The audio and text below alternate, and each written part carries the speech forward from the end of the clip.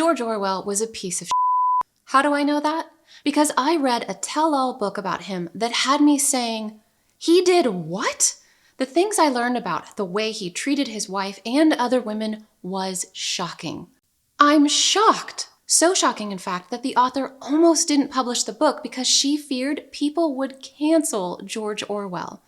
But those aren't the only fun facts I learned recently. I spent hours reading 1,440 pages of nonfiction across 3 books, and today I'm going to tell you what you can discover if you read them too.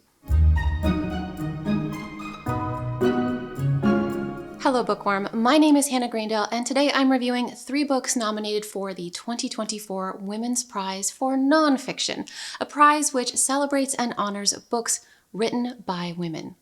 When the prize is awarded on June 13th, the winner will receive £30,000 and a statue known as the Charlotte. There are no images of the statue yet, but Anne Christopher is the artist creating it. By the time this video posts, the nonfiction shortlist will have been announced, and I hope to see all 3 of these books on it, especially this first book, Eve, How the Female Body Drove 200 Million Years of Human Evolution by Kat Bohannon. The opening pages of this book filled me with righteous indignation because Bohannon kicks things off by explaining the important role that fat on women's hips, butts, and thighs play in this little thing known as the existence of humankind. This is fat that I was taught to be ashamed of, but it turns out that fat is crucial to fetal and infant development.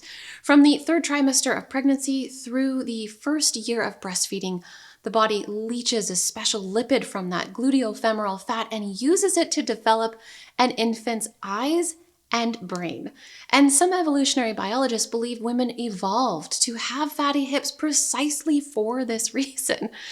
In light of this information, Bohannon raises an interesting question. How is fetal and infant development impacted when women choose to have fat removed from their butt and thighs via liposuction? We don't have an answer to that question yet because no one has bothered to study it, but as a species, we have put considerable energy into making women feel terrible about having fat on their thighs.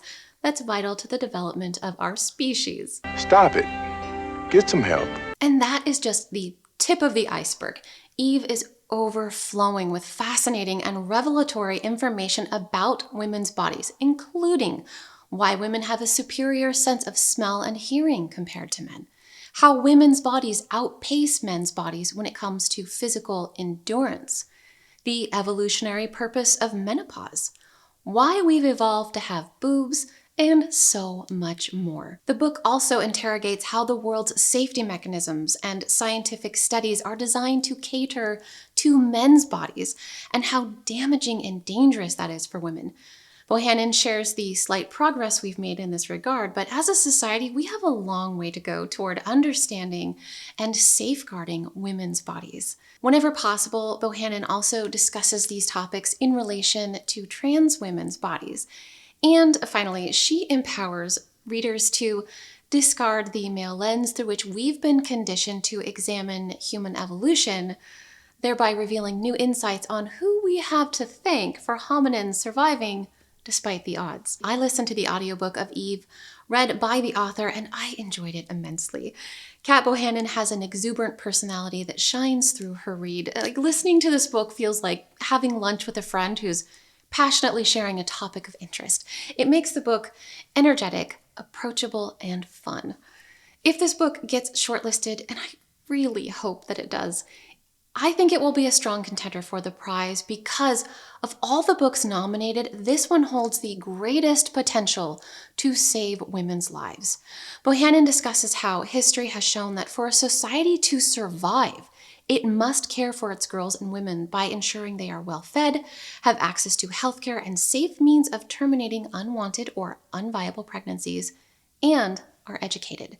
She talks at length about how history has shown that societies that educate their women thrive, and the ones that don't crumble.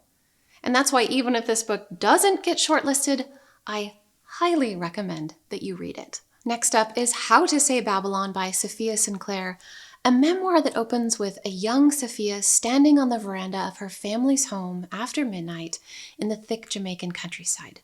The coastline is nearby, but hidden by a tangled forest, and Sinclair writes that beyond the veil of trees, night's voices shimmered. She is 19 years old, desperate to escape her abusive father, and the seed of her rebellious journey toward independence has just taken root. From this point, Sinclair takes us back in time to reveal the decades leading up to this moment. For her, the beginning of the story is not when she is born, but rather a monumental moment in 1966 when Ethiopian Emperor Haile Selassie, who is viewed by Rastafarians as God reincarnated, visited Jamaica. Sinclair's father is only a toddler when Selassie visits, but he grows up to become a devout follower of the religious and political Rastafari movement, which then dictates her entire upbringing. How she dresses, what she eats, who she's friends with, how she styles her hair, and how her worth is defined as a woman. What really struck me about this book is how often Sinclair accurately describes what it feels like to be captive in a household with an abusive figurehead, how abuse shapes a victim's self-worth and identity, and the lingering impact of abuse.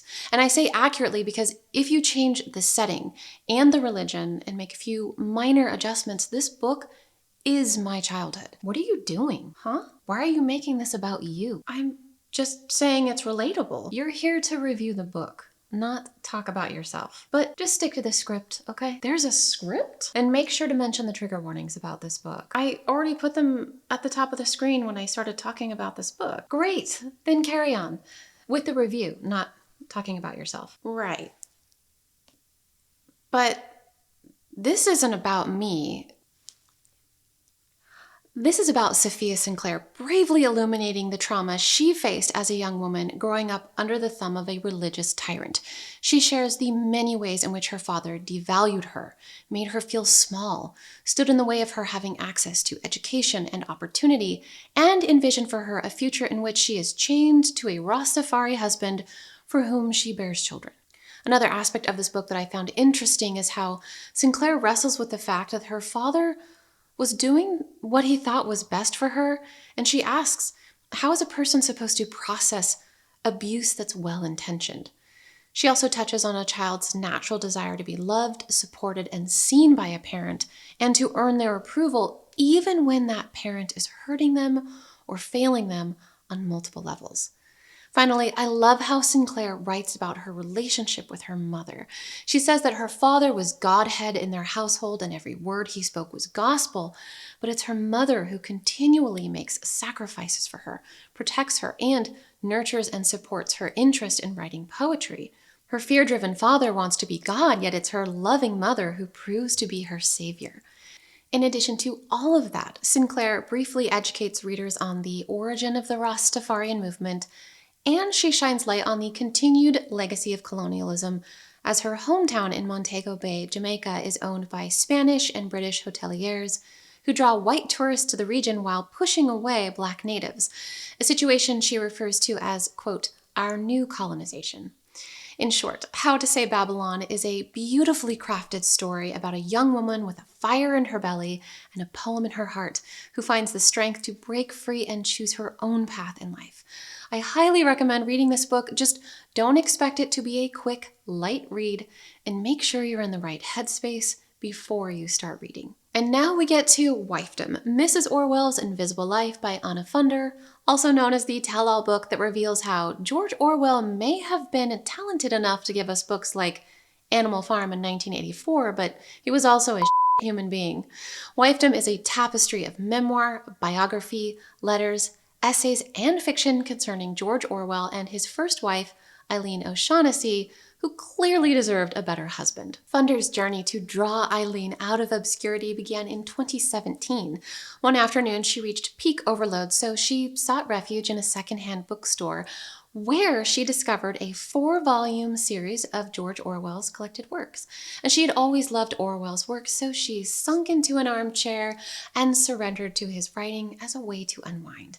And she went on to read 6 major biographies on Orwell, and that's how she came across a bewildering passage from Orwell's private literary notebook in which he claimed there are two great facts about women one can only learn after getting married. The first is that women are incorrigibly dirty and untidy. And the second is that women have a terrible, devouring sexuality with an insatiable need for lovemaking. Orwell wrote that lovemaking is a service which is owed by the man to his wife, whose ever-increasing demand coincides with her growing disdain for her husband's lack of virility. And Funder said that Orwell wrote this in the third person as if to distance himself from his feelings, which makes sense. Like, I can just see Orwell in the present day making a social media post like, "Are all wives dirty and horny and resentful of their husband's weak sex drive? Asking for a friend." This passage prompted Funder to question what life must have been like for the woman who was married to a man who felt that way. So she turned her attention to Eileen O'Shaughnessy. Learning about her was aided by the discovery of 6 letters written by Eileen to her friend that were found in 2005 after the biographies on Orwell had been written. Funder also deferred to Eileen's university notebooks and her letters to Orwell to create a written portrait of this incredible woman, and to highlight how Eileen was erased from history or made invisible. This book offers an intimate portrayal of Eileen's life from the time when she first meets Orwell to the moment when she takes her final breath. It also explores Orwell's life, his appalling predatory behavior, how negligent of a husband he was, and his career as a writer.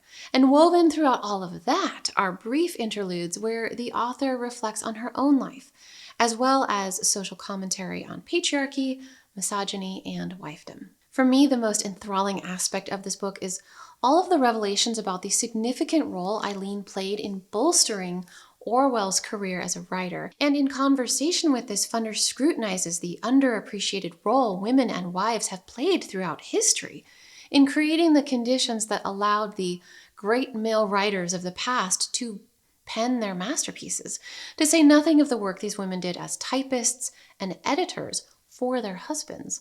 You may appreciate Orwell's writing, but I assure you that by the time you finish this book, you're going to think he was a terrible husband and a piece of shit. One final note on this book is that I listened to the audiobook, so I missed out on images of Eileen's handwriting and multiple photographs that would have enhanced my reading experience.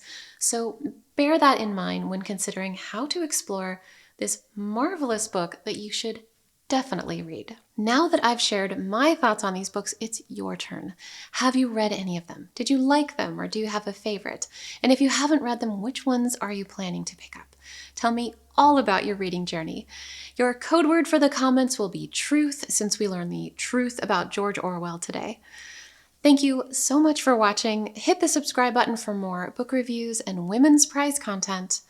Happy reading, and I'll see you in the next one.